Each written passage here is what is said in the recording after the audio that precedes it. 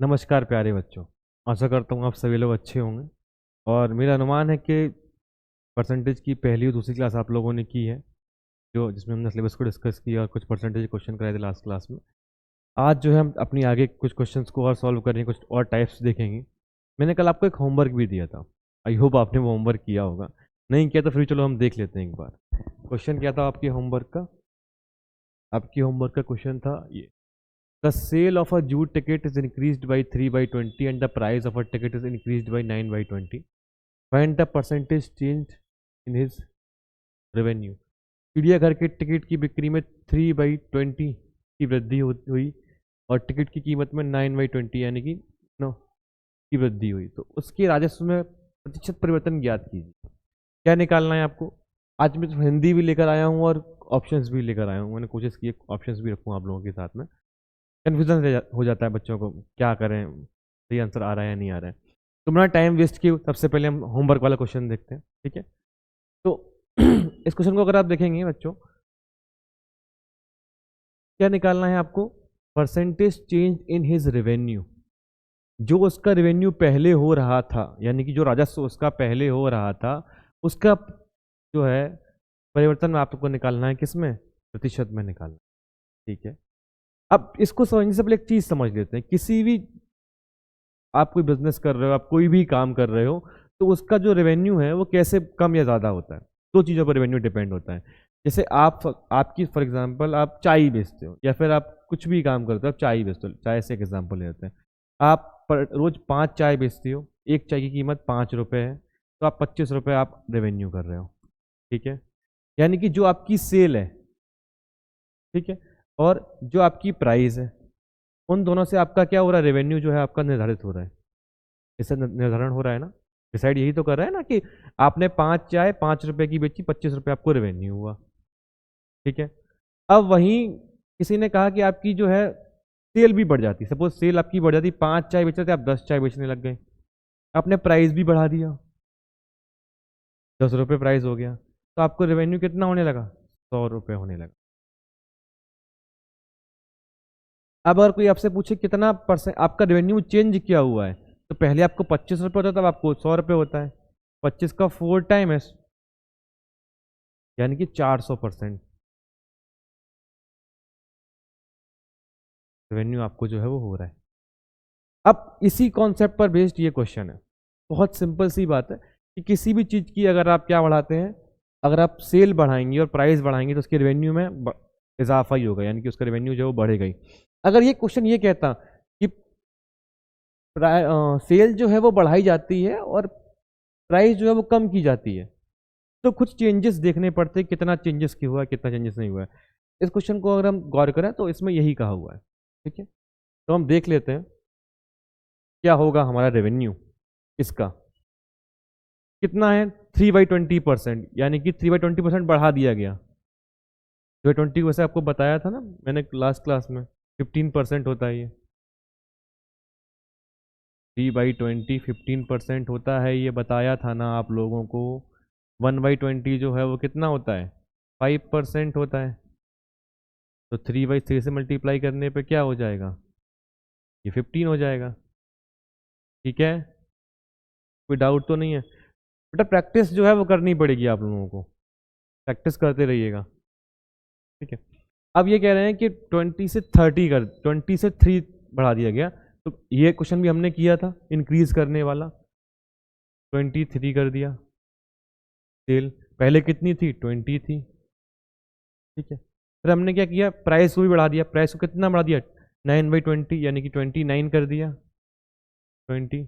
ये हम कल कर चुके हैं ना, मेरा अनुमान है हम लोग कल इसको कर चुके हैं, तभी तो हम इसको समझ पाएंगे, ठीक है? तो अब आपका रेवेन्यू कितना बढ़ेगा? पहले आपका रेवेन्यू कितना था? वो 400 था। अब रेवेन्यू क्या होगा? 23 × 29 आपको करना होगा। 23 × 29 कितना होता है? 667 होता है, ठीक है? अब अगर आप इसको देखो, इसको अगर आप परसेंट में कन्वर्ट करोगे, आपको 100 से मल्टीप्लाई करना होगा। अगर प्यारे बच्चों इस क्वेश्चन में ये ना लिखकर अगर ये लिखा होता कि find the percentage change in revenue की जगह पे ये लिखा होता कितना परसेंट इंक्रीज हुआ है, कितना रेवेन्यू बढ़ गया। तो हमें क्या करना होता, 667 में से 400 को सब्ट्रैक्ट करना होता। 667 में से 400 को हम सब्ट्रैक्ट करते तो 267 आता, यानी कि पहले हमारा रेवेन्यू 400 था और अब हमारा कितना बढ़ गया उसकी तुलना में, 267 बढ़ गया। तो हमें फिर 267 का जो है वो 400 से परसेंटेज निकालना होता इंटू 100%। कोई डाउट तो नहीं है ना यहाँ तक आपको? ठीक है, इसको अगर हम परसेंटेज में कन्वर्ट करते तो ये 66.75% आता। आप इसको कैलकुलेट कर लेना, बेसिक कैलकुलेशन और कुछ नहीं है इसमें। इसको कैलकुलेट करेंगे तो ये 166.75% आएगा। ये आंसर दिया है, अरे देखो गलती हो गई यहाँ पे, ये 75% होगा। 0.75 पॉइंट के हमेशा 75 ही बोलते हैं, ठीक है। तो मैंने जैसा कि मैंने आपसे कहा था अर्थमेटिक में प्यारे बच्चों कुछ भी नहीं है, बस आपको नंबर से खेलना आना चाहिए। ये सब हम क्यों कर रहे हैं, इससे हमारी कैलकुलेशन जो फास्ट होगी, हम परसेंटेज को सीखेंगे, रेशियो को सीखेंगे, फिर हम सारी जब कैलकुलेशन को करना सीख जाएंगे तो फिर हम उसको यूँ हवा में ही कर लिया करेंगे क्वेश्चन को। बस ये कैलकुलेशन आपको करनी पड़ेगी 23 इंटू 29। अब जैसे अगर आप थोड़े और पारंगत हो जाएंगे तो आप सीधा इसको लिखेंगे भी नहीं, सीधा 23 और 29 लिखेंगे और नीचे 400 लिख देंगे, इसका मल्टीप्लाई करेंगे, सीधा इस वैल्यू को लिखेंगे, ना आप ये लिखेंगे ना आप ये लिखेंगे ना आप रेवेन्यू लिखेंगे। तो ये धीमे धीमे आएगा, एकदम से नहीं आएगा, ठीक है। चलो हम देखते हैं नेक्स्ट क्वेश्चन को। नेक्स्ट क्वेश्चन क्या है हमारा, A is 50% more than B, B is how much percent less than A. यदि ए जो है वो बी से 50% अधिक है तो बी ए से कितना परसेंट कम होगा। मैंने आपको बताया था परसेंटेज में 50% को हम बोलते हैं 1/2। एक अधिक है, कितना अधिक, 50% अधिक है, तो यानी कि क्या हो गया 3/2, यही हो गया ना। अधिक है तो ए की वैल्यू क्या हो गई आपकी की 3 हो गई, बी की वैल्यू क्या हो गई आपकी 2 हो गई। अब कह रहा है B is how much percent less than A, B A से कितना परसेंट कम है, तो ये कितना कम है 2 से 1 कम है। किसकी कंपेरिजन निकालना, ए से कितना कम है, तो 1/3। 1/3 को क्या कहते हैं 33 होल 1/3%, ये हमने पढ़ा था। अगर वो क्वेश्चन में ये ना पूछते हुए ये पूछता कि B is how much percent less than, अगर ये नहीं होता, सपोज अगर मैं फर्ज करूं कि ये लेस देन ना हो, ठीक है, how much percent B is how much percent of A हो, यहां पर ऑफ हो जाए, का हो जाए, तो कम की जगह पे यहां पर क्या हो जाए, का हो जाए, तो फिर क्या होगा, ये कितना कम होगा इससे, तो ये 2/3 है, ये इसका 2/3 है। 2/3 को हम क्या पढ़ते हैं 67 होल 2/3%, नहीं 66 ही पढ़ते हैं, 66 होल 2/3%, 2 से मल्टीप्लाई कर देंगे। अगर ये ऐसा होता तो ठीक है, ये ऐसा है नहीं लेकिन अभी, है ना, कंफ्यूज नहीं होना है आपको। तो आपका आंसर क्या होगा, आपका आंसर जो है वो 33 होल 1/3% या फिर 33.33% आपका आंसर होगा। कोई डाउट है? आपको क्या करना है, क्वेश्चन को समझना है, क्वेश्चन की डिमांड क्या है। कोई भी क्वेश्चन जैसा मैंने कहा था टफ कब होता है, वो अपनी लैंग्वेज से टफ होता है और वो ऑप्शन से टफ होता है। ऑप्शंस अगर मिलते जुलते रहेंगे तो आप कंफ्यूज हो सकते हैं, अगर आपको क्वेश्चन की लैंग्वेज समझ में नहीं आएगी तो आप कंफ्यूज हो सकते हैं। तो क्वेश्चन को आपको ध्यान से पढ़ना है, उसकी डिमांड को समझना है, फिर आपको जो है क्वेश्चन को सॉल्व करना है, ठीक है। मेरा अनुमान है कि आप समझ पाए होंगे। फिर अब ये क्वेश्चन जैसा कि मैंने आपको ये करवाया है, ये is 50% more than B, B is how much percent less than A, ठीक है।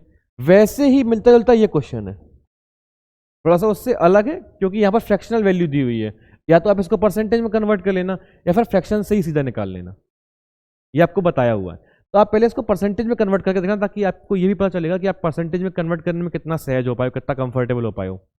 ऐसा कर पाओगे तो आपकी वैल्यूज जो है वो जल्दी आसानी से निकल पाएंगी, जल्दी कैलकुलेट करना सीख पाओगे आप, ठीक है। तो इसको जो है ना आप घर से करके लाना, ठीक है, मतलब घर पे तो अभी आप हो ही, इसको मैं कल सॉल्व कराऊंगा आपके लिए, ठीक है। तो अब देखते हैं हम नेक्स्ट क्वेश्चन क्या है। If 60% of A is equals to 30% of B and B is equals to 40% of C and C is equals to X% of A, then the value of X is, यदि A का 60% B है, A का 60% B के 30% के बराबर है, भाई 60% of A is equals to 30% of B, B जो है वो C का 40% है और C जो है वो A का X% है, तो X का मान क्या होगा? वैल्यू ऑफ X, यहां पर X मिसिंग है, X का मान क्या है? ठीक है, ये कुछ वैल्यूज आपको दी हुई है। क्वेश्चन समझ पाए आप? अगर आपको क्वेश्चन समझ में ना आए तो उसको आप तोड़ लो, तोड़ तोड़ के समझ लो। क्या कह रहा है? 60% of A is equal to 30% of B. 60% of A 60 into 100 of A, यानी कि ए किसके बराबर है? 30% ऑफ बी के। यहां पर मैंने फ्रैक्शन में कन्वर्ट क्यों नहीं किया उसको? इस वजह से क्योंकि सारी वैल्यूज जो है वो जीरोस के फॉर्मेट में ही है, तो भाई कैलकुलेट करना हमको आसान हो जाएगा। हमें परसेंटेज टू फ्रैक्शन या फ्रैक्शन टू परसेंटेज इसलिए कन्वर्ट करते हैं ताकि अपनी कैलकुलेशन को आसान कर सकें। जैसे जैसे आप प्रैक्टिस करते जाओगे वैसे वैसे आपको आइडिया लगता जाएगा कि आपको क्या कन्वर्ट करना है, क्या कन्वर्ट नहीं करना है। बिना प्रैक्टिस से कुछ नहीं होगा प्यारे बच्चों, ठीक है। फिर क्या कह रहा है वो आपसे, उसके बाद अगली लाइन क्या है उसकी? B is equal to 40% of C। B क्या है? 40% है, किसका? C का। ये क्वेश्चन कह रहा है, देख लो आप क्या मैंने सही लिखा है?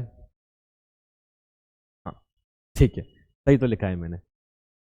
फिर अब क्या कह रहा है वो आपसे? अब आपको निकालना है क्या है? C का A से क्या रिलेशन है, यानी C कितना परसेंट है। तो क्या C है यहाँ पर? हाँ ये है C, यहाँ पर A है, ये B और B दोनों में कॉमन है, तो हम A और B की वैल्यू निकाल लेते हैं, फिर हमारे लिए निकालना इजी हो जाएगा। अब देखो, क्योंकि यहाँ पर भी डिवाइड 100 से हो रहा है, यहाँ पर भी 100 से डिवाइड हो रहा है, तो ये कैंसिल हो जाएगा। ये तो पढ़ा होगा। क्या कह रहा है? 60 of A is equal to 30 of B में कहूँ एक ही बात है। अब अगर मैं इस B को यहाँ ले जाता हूँ, A अपॉन में B, ये 30 और ये अपॉन में 60, ये हो जाएगा 1/2, ठीक है। सेम मैं इसको इस प्रोसेस को यहीं यहाँ पे करता हूँ, इस C को सीधा यहाँ पे लेकर चला जाता हूँ,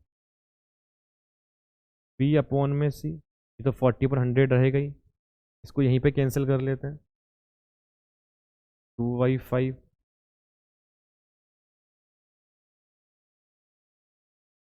देखा, अगर आप इसको पहले ही कन्वर्ट कर लिए होते, अब मैं उसका एडवांटेज आपको बता रहा हूँ, तो क्या होता, आपके लिए करना आसान हो जाता। आप कैसे करते इस क्वेश्चन को? 60% का क्या होता है? ये तो होता है 3/5 होता है शायद, बोले ठीक है, ये 3/10 होता है, कैंसिल कर देते हैं तो बचेगा 1/2 बचेगा। 30% ऑफ 60 इसका डबल ही है, तो यहाँ से इसको कैंसिल 1/2 बचेगा। ये 40% 4/5 होता है, यानी कि B जो है वो इधर आ जाएगा और C इधर आ जाएगा, तो ये बचेगा आपका 2/5। ये आपको प्रैक्टिस करना होगा। इसका प्रैक्टिस कैसे करोगे? आप पहले पहले आप बेसिक कॉन्सेप्ट को सीखो, इसको करना सीख जाओगे, फिर आप धीमे धीमे प्रैक्टिस करते करते इसको करना सीख जाओगे, ठीक है। अब देखो B की वैल्यू क्या है, यहाँ पे अगर आप देखो 1/2 है, तो B क्या है? 2 है, यहाँ पर भी B 2 है, C क्या है? 5 है। तो ये क्या कह रहा है आपसे? ये कह रहा है A जो है आपका वो 1 है और C जो है वो आपका 5 है। C A का कितना परसेंट होगा, यही निकालना है। C निकालना A का कितना परसेंट होगा, A का X% क्या होगा, ठीक है। तो इसका कितना परसेंट है? देखो क्वेश्चन क्या कह रहा है, C निकालना है आपको A इंटू X%, इस X की वैल्यू निकालनी है, ठीक है। अब क्या कर रहा है? C जो है आपका वो 5 है और A जो है आपका वो 1 है और ये आपका X%। x% is equal to 5, ये नंबर है ना इसका, तो कितना हो जाएगा 500%, परसेंटेज वहाँ चला जाएगा, ये हो जाएगा 500% की वैल्यू आ जाएगी। ये आपका आंसर हो गया। कुछ ऐसा ऐसा हो गया है, बट अगर आप देखोगे रेगुलरली आपको समझ में आएगा। ठीक है, क्योंकि मैं यहाँ पे शॉर्ट में इसको कर सकता था, मैंने इसको नहीं किया ताकि आपको समझ में आए। ए की वैल्यू 1, सी की वैल्यू 5, वैसे मैं इसको यही करने वाला था कि यहीं से मैं इसको कर देता 1/5, 5 टाइम्स से 5 टाइम्स यानी कि 500% हो। ठीक है, समझ में आया? आया होगा। चलो ठीक है, आगे बढ़ते हैं। A student multiply a number by 3/5 instead of 4/3. Find the error percentage in calculation. एक विद्यार्थी किसी संख्या को 4/3 की बजाय 3/5 से गुणा कर देता है, गणना में त्रुटि प्रतिशत को ज्ञात कीजिए। प्यारे बच्चों, ये सब वो क्वेश्चंस हैं या इसी टाइप के क्वेश्चंस जो है आपके एग्जाम में आते हैं, तो आपको बहुत ध्यान से इन क्वेश्चंस को पढ़ना है। ठीक है, 3/5 से कर देता है 4/3 की जगह पे, इंस्टीड 4/3 की बजाय किससे कर देता है 3/5 से।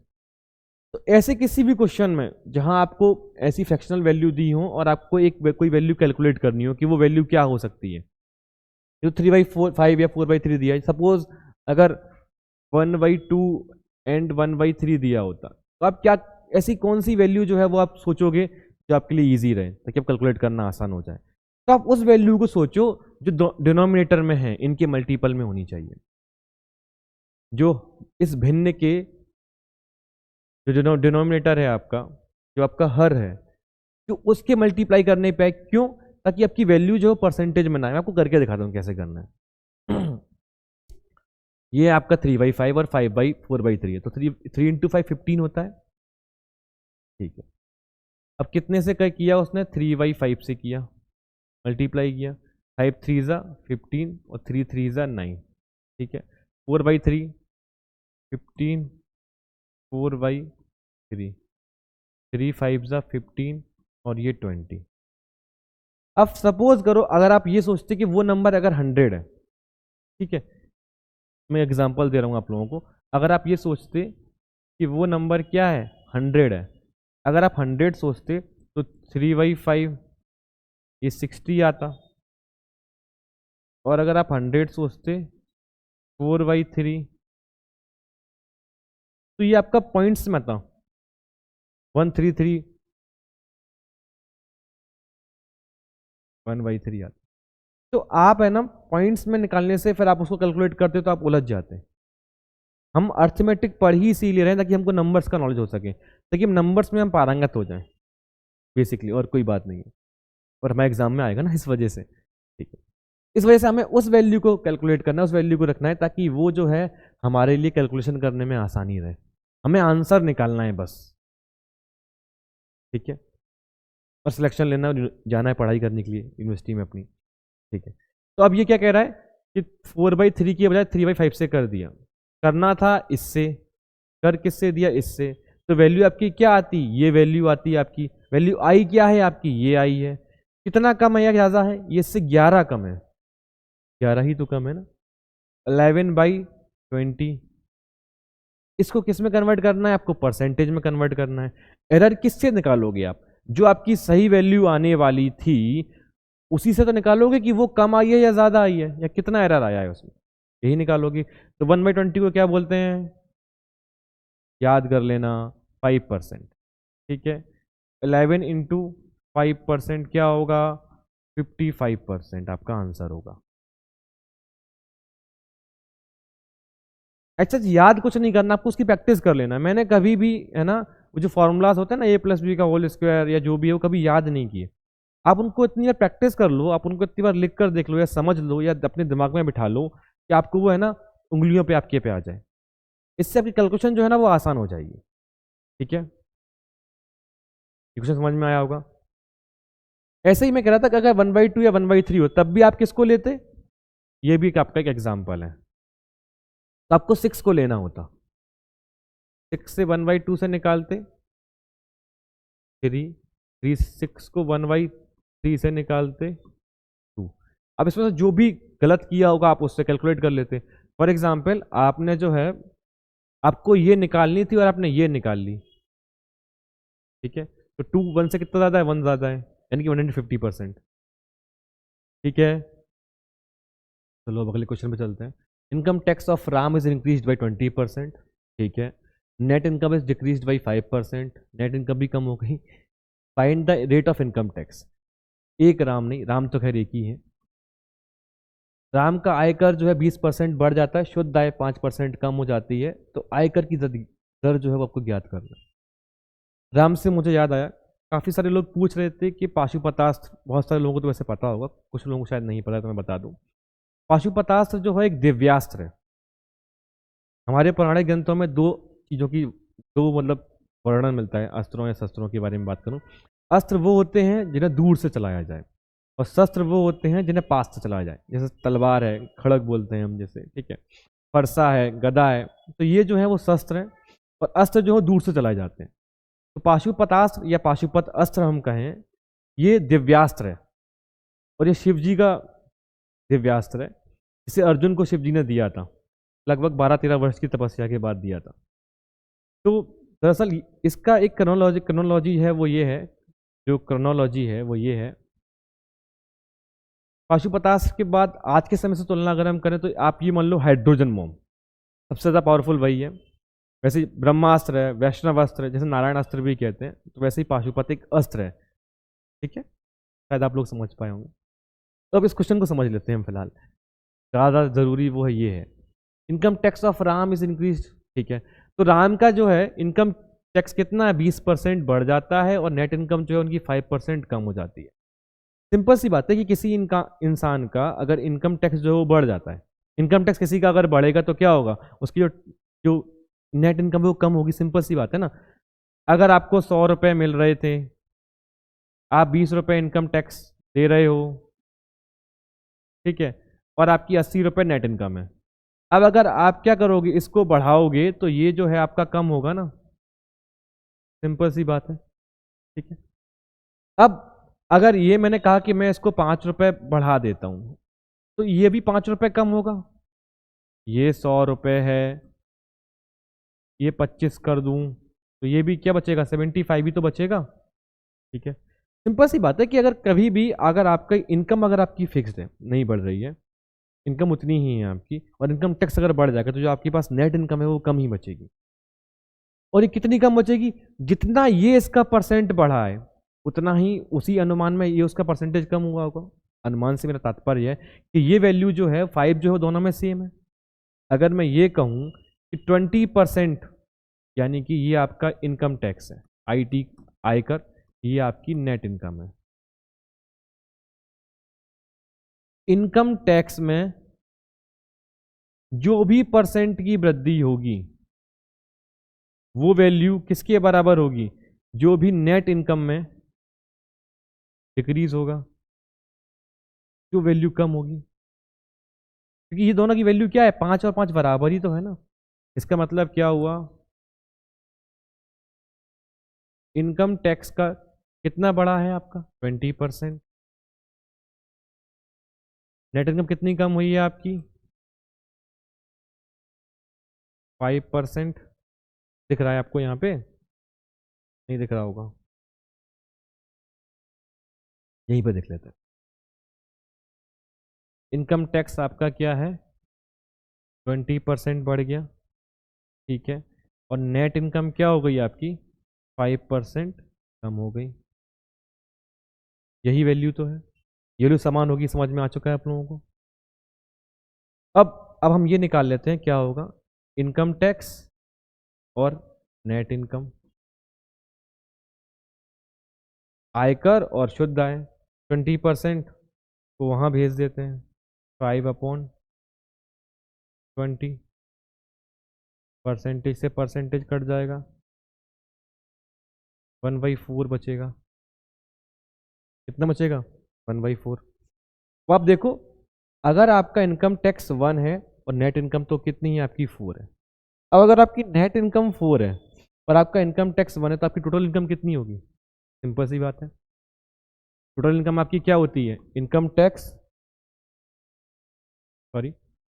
Tax plus net income. Income tax कितना है आपका, 1 + 4, टोटल इनकम कितनी हो जाएगी आपकी TI, टोटल इनकम हो जाएगी आपकी 5। अब क्या कह रहा है कि क्या रेट ऑफ इंटरेस्ट क्या है, आपका इनकम टैक्स 1 है और आपकी टोटल इनकम 5 है, तो 1/5 क्या होगा, 20%। इसलिए मैंने आपको कहा था कि आप उनको रिवीजन करते रहो, जो फ्रैक्शन टू परसेंटेज की वैल्यू, परसेंटेज फ्रैक्शन की वैल्यू, उनको आप रिवीजन करते रहो, रिवाइज करते हो, तभी आपको समझ में आएगा क्वेश्चंस को। आप समझ पाए होंगे, बहुत आसान है। अब अगर आपकी कैलकुलेशन थोड़ी फास्ट हो जाती है और आप इस इक्वेशन को समझ पाते हो, तो आप इसको और कैसे कर सकते हो। जैसे अगर मैं होता तो मैं कैसे करता एग्जामिनेशन हॉल में, बहुत सिंपल सी बात, ये स्टेप सीधा यहीं पे आता, ये आता ही नहीं। इनकम टैक्स कितना हो गया 5%, नेट इनकम कितनी होगी 20, सीधा ये स्टेप आता। इनकम टैक्स कितना है आपका 5, नेट इनकम कितनी है 20।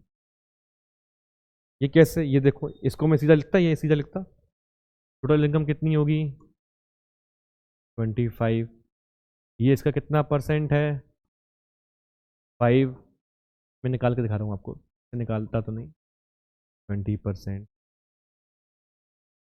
कैसे, ये स्टेप सीधा आ गया। आप देखो ना, अगर आप ये स्टेप को समझ जाओगे तो आपको इसको लिखना ही नहीं होगा, सीधा आप इसको लिखोगे, सीधा इसको लिखोगे तो आप सीधा वहां पहुंचोगे। ये प्रैक्टिस से आएगा, ये धीमे धीमे आएगा, एकदम से नहीं आएगा। पहले आपको इस कॉन्सेप्ट को समझना है, कॉन्सेप्ट को समझने के बाद आपको एस से वैल्यू निकालनी है, फिर कोशिश करनी है कि अगर आप वहां तक जा पाओ तो। नहीं, आपको बहुत समय है, 60 क्वेश्चन मिल रहे हैं आपको 50 क्वेश्चन ही करने हैं, आराम से कर लोगे। फिर भी प्रैक्टिस थोड़ी सी अपनी स्मूथ करने की ज़रूरत है, ठीक है। चलते हैं हम नेक्स्ट क्वेश्चन पे। नेक्स्ट क्वेश्चन क्या है, सीट खाली छोड़ी होगी क्वेश्चन को सॉल्व करने के लिए। The numerator of fraction is decrease by 25% and the denominator is increase by 25%। ठीक है, न्यूमरेटर भी किसी फ्रैक्शन का 25% कम किया गया और डिनोमिनेटर जो है वो 25% बढ़ाया गया। By what percentage in the new fraction less than the original fraction. इनको बहुत ध्यान से समझना है। नया भिन्न मूल भिन्न से कितना प्रतिशत कम है, इस वर्ड को बहुत ध्यान रखना है, लेस देन को। ठीक है, अगर आप इसको ध्यान नहीं रखोगे तो आप कंफ्यूज हो जाओगे एग्जाम में। क्यों से, अभी आपको करके दिखाता हूँ। न्यूमरेटर क्या है, 25% कम कर दिया गया, ये आपका न्यूमरेटर है, ये आपका डिनोमिनेटर है। 25% कम कर दिया गया मतलब 3/4 कर दिया गया, न्यूमरेटर का 3/4 कर दिया गया। ठीक है, डिनोमिनेटर कितना कर दिया गया, 25% इंक्रीज कर दिया गया, डिनोमिनेटर का 5/4 कर दिया गया। ये बताया जा चुका है ना आपको, 25% यानी कि 1/4%, 25% कम करेंगी तो 3/4 कर देंगे, 25% बढ़ाएंगे अगर तो 5/4 कर देंगे। कोई डाउट तो नहीं है ना यहाँ पे, ठीक है। अब अगर आप नेक्स्ट स्टेप पे जाओ तो ये थोड़ा आपके लिए कर देते हैं, इंटू 3 4 d इंटू 5 अपॉन में, ये 4 से 4 कैंसिल, ठीक है, 3n अपॉन 5d बचा।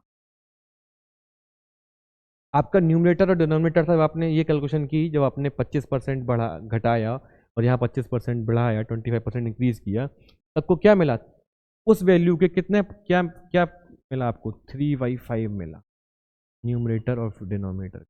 3/5 को क्या बोलते हैं हम, 60% बोलते हैं। देखो 3/5 को क्या बोलते हैं, 3/5 को बोलते हैं हम 60%। अब ये 60% वैल्यू यहाँ पर आपको दी हुई, आपने निकाली है, ये कितना बचा, 60% बचा है। अब वो क्या पूछ रहा है, कितना परसेंट कम हो गया। अगर वो ये पूछता क्वेश्चन में कि जो आपका फ्रैक्शन बचेगा वो कितना परसेंट बचेगा, तो आपका आंसर क्या होता, 60% आपका आंसर होता। लेकिन वो पूछ क्या रहा है, कितना परसेंट कम, 60% कम हो गया तो कितना बचा, 40% आंसर। क्वेश्चन को बहुत ध्यान से समझना है। आप क्वेश्चन 2 ही 3 वजह से गलत करते हो। अगर यहाँ पे 60% ऑप्शन होता, मैंने दिया नहीं है, यहाँ पर अगर मैं 60% एक ऑप्शन देता तो शायद आप में से काफी सारे लोग 60% को आंसर कर देते कर देते ना। क्वेश्चन अपनी लैंग्वेज से टफ होता है और ऑप्शन से टफ होता है, बस। चाहे वो जीएस हो, चाहे वो रीजनिंग हो, चाहे वो मैथ हो, क्वेश्चन को समझ जाना है फिर आगे बढ़ना है, ठीक है। चलो नेक्स्ट क्वेश्चन देखते हैं। A person's salary is first decreased by 40%, then increased by 40%. What is the percentage reduction in salary? एक व्यक्ति के वेतन में 40% की कमी की जाती है और फिर 40% की वृद्धि की जाती है, तो वेतन में प्रतिशत की कमी क्या है? अब हालांकि उन्होंने यहाँ पे बोल दिया वेतन में कितनी कमी हो रही है। कभी कोई क्वेश्चन में जैसे पूछ लेता है ना कि कम या ज़्यादा क्या हो रहा है वो बताइए, ऐसा प्रॉफिट एंड लॉस में ज़्यादा करता है। ठीक है, कितनी परसेंट सबसे पहले कम की गई? 100 रुपये थी, 40% कम की गई, कितनी बची? 60 बची। 40% कम की गई, 40% 2/5, 40 कम कर दोगे तो कितना बचेगा? 3/5 बचेगा। 3/5 60 होगा। तो 40% को बढ़ा दिया गया, 40% बढ़ा दिया गया, यानी कि 2/5 को 40% बढ़ाओगे तो 7/5। ये मैं यहाँ पर इसलिए कर रहा हूँ क्योंकि ये आपको मन में कैलकुलेट करना है, धीमे धीमे आपको इस मोड में आ जाना है। 7/5 क्या होगा? अब चलो मैं यहाँ पे करके दिखाता हूँ आपको 7/5 क्या होगा इसका। 12 यानी कि 84। ठीक है, 84 होगा। 100 रुपये थी, 84 बची, कितना कम हो गया? 16। 16 में कितना परसेंट है? 16%। क्वेश्चन एकदम ईजी है, सारे क्वेश्चन ईजी आते हैं, बस आपको कॉन्सेप्ट को पकड़ लेना है और आपको जो तरीका आता है उसी तरीके की बार बार प्रैक्टिस करते जाना है आपको।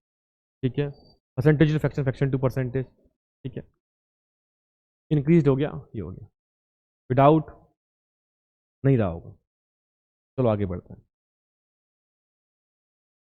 Renu saves 20% of her income if her expenditure increased by 20% and income increased by 29%, then her saving increased by।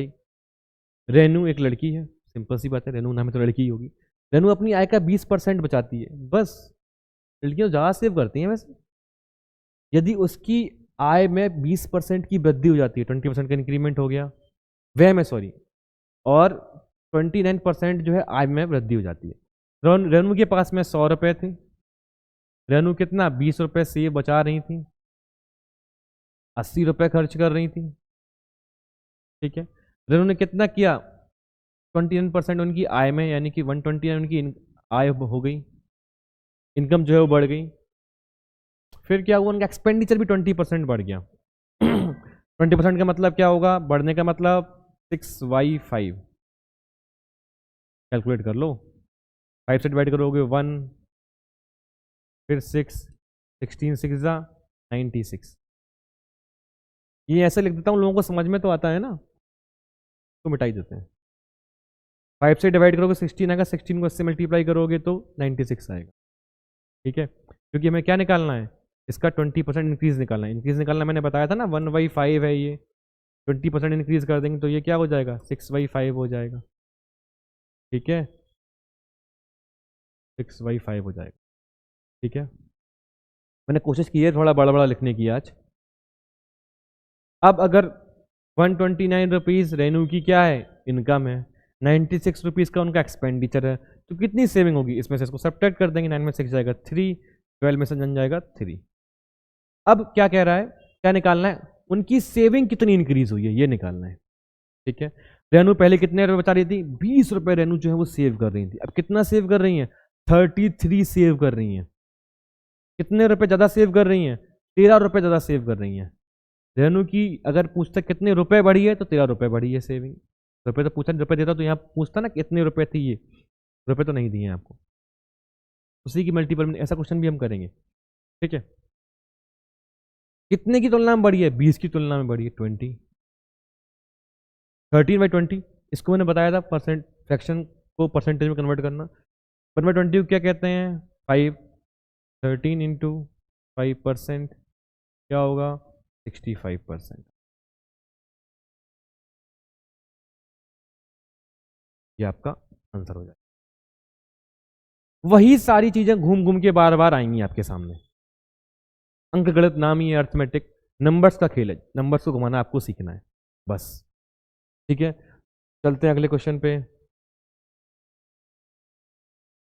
The monthly income of a person 13,500 and his monthly expenditure जो है, एक्सपेंडिचर सीधा was 9,000. Next year income increased by 14%, his expenditure increased by 7%.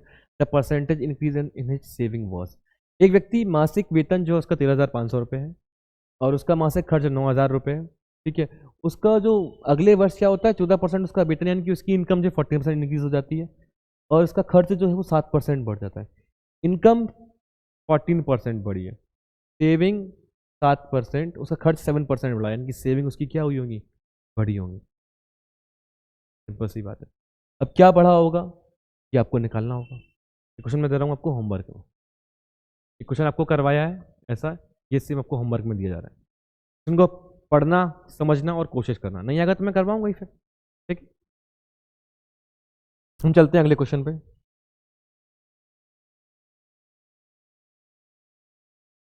हाँ, the price of a rice has increase by 60%। जो चावल की कीमत है वो कितनी बढ़ गई, 60% बढ़ गई है। In order to restore the original price the new price must be reduced by. चावल की कीमत को पुनः मूल कीमत पर लाने के लिए नई कीमत को कितना कम करना चाहिए। सिंपल सी बात, कह रहा है कि चावल आप खरीदने जा रहे थे, 100 रुपये के चावल आप ले रहे थे, 60% बढ़ गए यानी कि 160 हो गए। अब कह रहा है वापस से यहाँ जाना है, मैं तो नहीं महंगा नहीं खरीदूंगा, सस्ता ही लेना चाहता हूँ, मैं चाहता हूँ कम हो जाए प्राइस। तो कितना परसेंट अब कम, कितना परसेंट कम करना पड़ेगा। तो ये कितना बढ़ा है, 60 बढ़ा है। कितना कम करना होगा, 60 कम करना होगा, बट किसकी तुलना में करना होगा, इसकी तुलना में करना होगा। 60/160 कैलकुलेट कीजिएगा, 3/8। मैंने 1/8 को आपको फ्रैक्शन में कन्वर्ट करना सिखाया है ना, जो वैल्यू आती है उसको 3 से मल्टीप्लाई करना है, आपका आंसर आ जाएगा, ठीक है। तो करना, अभी तो आप करो, कुछ तो करोगे, ठीक है। क्वेश्चन बहुत इजी था, समझ में आया कॉन्सेप्ट आपको। कॉन्सेप्ट क्या है कि पहले क्या किया गया, हमने प्राइस को बढ़ाया, 60% बढ़ाया।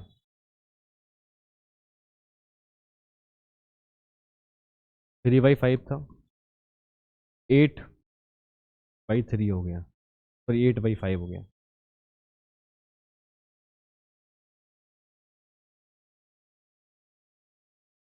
ये क्या है आपका, ये 5 है और ये 8 है। अब वो क्या कह रहा है, अब वो कह रहा है कि आपको वापस से 8 को इसमें कन्वर्ट करना है, 5 में। 8 से 5 में जाना, कितना कम करना होगा, 3 कम करना होगा। तो कह रहा है कि 3/8 क्या परसेंटेज क्या होगा, जो कम किया गया है वो उसका परसेंटेज निकालना है, रिडक्शन, कम। क्वेश्चंस को बहुत ध्यान से पढ़ना है, क्वेश्चन को ध्यान से पढ़ना है, आप आंसर तो यूं निकाल दोगे। गलती हम कब करते हैं, क्वेश्चन को ध्यान से नहीं पढ़ते हैं, ऑप्शंस देखते हैं, सीधा सीधा सीधा ऑप्शंस को देखना है। हम जब तक उस मोड में नहीं आ जाते हैं ना, प्रैक्टिस वाले मोड में, कि आप क्वेश्चन को समझ जाते हैं, देखते ही समझ जाते हैं, फिर हम ऑप्शन देख के तुरंत आंसर क्लिक कर देंगे, ठीक है। 1/8 क्या होता है, अगर आपने वो मैंने बताया था वो याद होगा ना, तो आप तुरंत आंसर देख के वैसे भी लगा सकते हो, लेकिन आप कैलकुलेट करो पहले, कैलकुलेट करके जाओगे तो आप आराम से कर पाओगे। कोई ऐसी कैलकुलेशन भी आ जाएगी ना जो आपने नहीं की, तभी तो उसे आप कर पाओगे ना, ठीक है। चलो पहले क्वेश्चन पे चलते हैं। The price of petrol was raised bye 15%, by how much percentage should a motorist reduce the consumption of petrol, oh, so that the expenditure on it does not increase। Petrol की कीमत 15% की वृद्धि हुई, एक motor चालक को कितने प्रतिशत पेट्रोल की खपत को कम करना होगा या कम करना चाहिए ताकि उस पर व्यय में वृद्धि ना हो। सिंपल सी बात है, वैसे तो आप लोग अभी अंडर 18 हो गए, अनुमान है, ठीक है। पेट्रोल गाड़ी तो चलाते नहीं होंगे, चलाते तो होंगे। आप 100 रुपये का पेट्रोल लेने जाते थे, पेट्रोल की कीमत कितनी हो गई, 115 रुपये, बढ़ गई। अब आपके पास है तो 100 रुपये पॉकेट में तो लिमिटेड ही मिलती है, घूमने भी जाना है, फिर क्या है, वापस से आपको उतना ही पेट्रोल लेना है। ये सेम वैसा ही कुछ ने सामने किया है थोड़ी देर पहले। कितना बढ़ा है, 15 बढ़ा है। किसकी तुलना में बढ़ा है, इसकी तुलना में कैलकुलेट करना है, 15/115। इसको भी क्या करना होगा, आपको कन्वर्ट करना होगा, किस में करना होगा, परसेंटेज में कन्वर्ट करना होगा। ये मैं नहीं करूँगा, ये आप करेंगे, ठीक है, और आंसर निकालेंगे। कैलकुलेट करना सीखना होगा, कॉन्सेप्ट बहुत ईजी है। क्वेश्चन को समझ लेना, क्वेश्चन को पढ़ लेना, कॉन्सेप्ट को तुरंत समझ में आ जाएगा तुरंत। आप फिर ऐसे लिखोगे भी नहीं 100 to 150, 15 to 105, ऐसे ही आंसर निकाल दोगे। लेकिन आपको ये प्रैक्टिस करनी होगी ताकि आप कॉन्सेप्ट क्वेश्चन को समझो और फिर उसको आगे लेकर आगे चलो, ठीक है। अगला क्वेश्चन देखते हैं। हाँ, ये क्वेश्चन मैं आपको फिर से देना चाहता हूँ होमवर्क में, थोड़ा सा अलग क्वेश्चन है। क्वेश्चन को मैं पढ़ देता हूँ आप लोगों के लिए। If the price of a pen decrease by 20% then a man can buy 10 more pens of ₹100। What is the new price of each pen? यदि कलम की कीमत 20% कम हो जाती है तो एक आदमी 100 रुपये में 10 और पेन खरीद सकता है। प्रत्येक पेन की नई कीमत क्या है? Price of pen decrease by 20%। Suppose उसकी किसी पेन की कुछ प्राइजेस रहे होंगे पहले, 20% कम कर दिया। 20% कम करने का मतलब क्या हो गया? 4/5, सॉरी 1/5 था, कम कर दिया, 4/5 बचा। ठीक है। The man can buy 10 more pen. अब जो अमाउंट उसका बचा है उसमें वो 10 पेन और खरीद सकता है 100 रुपये में। ठीक है। और जल्दी दे दिया ये क्वेश्चन में, शायद मैंने आपको होमवर्क में कुछ 1-2 क्वेश्चन और कराने होंगे आपको, उसके बाद देना होगा। बट ठीक है, आप ट्राई करो इसको। ठीक है, आप इसको एक बार कोशिश करो इस क्वेश्चन को सॉल्व करने का। अगर आप नहीं करवाते तो फिर मैं करवाऊंगा ही। ठीक है, तो प्यारे बच्चों, आज हमने क्या देखा? हमने कुछ नए टाइप के क्वेश्चंस देखे। ये सारे वो टाइप्स हैं जो आपके एग्जाम्स में आए हुए हैं।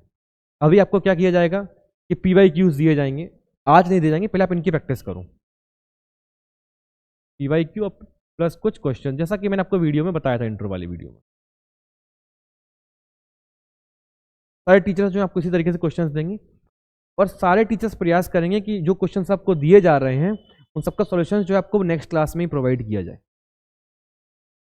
ठीक है, इसी तरीके से हमारी जो पढ़ाई है वो आगे चलती रहेगी, क्योंकि जब तक आप प्रैक्टिस नहीं करोगे तो आपको डाउट्स नहीं आएंगे। और आपको डाउट्स नहीं आएंगे ना प्यारे बच्चों, तो आप एग्जाम में फंसोगे।